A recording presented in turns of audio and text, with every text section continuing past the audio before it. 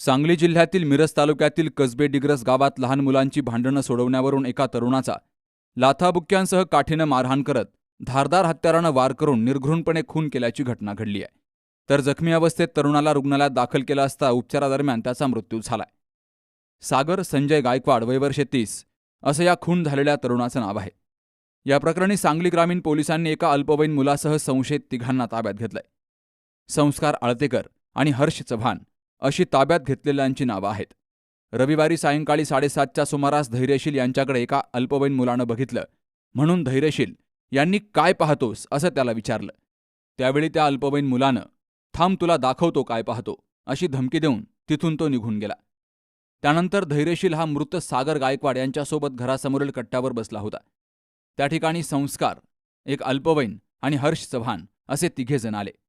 सागरला काठीनं बेदम मारहाण करून ते निघून गेले.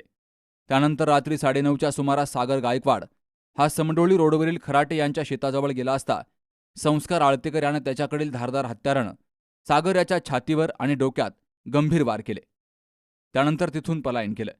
जखमी सागर गायकवाड याला उपचारासाठी रुग्णालयात दाखल केलं असता त्या ठिकाणीच उपचारादरम्यान त्याचा मृत्यू झाला. या प्रकरणी सांगली ग्रामीण पोलिसांनी खुनाचा गुन्हा दाखल केलाय. या घटनेचं गांभीर्य ओळखून पोलिसांनी तातडीनं तपासाची चक्र फिरवत तिघा संशयितांना अटक केली आहे. वृत्तसंकलन विभाग, पोलीस टाइम्स न्यूज, सांगली.